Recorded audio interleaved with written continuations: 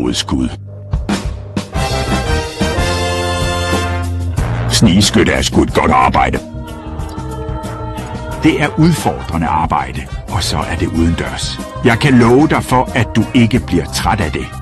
Så længe at der stadig er 2 personer tilbage på den her planet, er der en eller anden, der ønsker manddrab.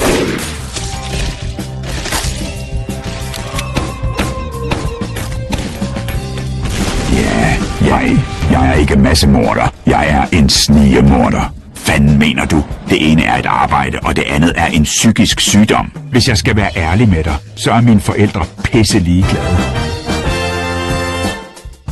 Jeg tror sgu, hans makker fik øje på mig.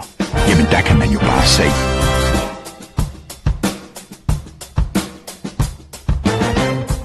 Følelser. Hør her, makker, ved du, hvem der er følsomme? Nok ikke folk, der dræber flere mennesker, end han snakker med i løbet af en uge. Nej, professionelle har nemlig standarder. Vær høflig, vær effektiv, altid have en plan om, hvordan og hvorledes du har tænkt dig at dræbe alle folk, som du møder.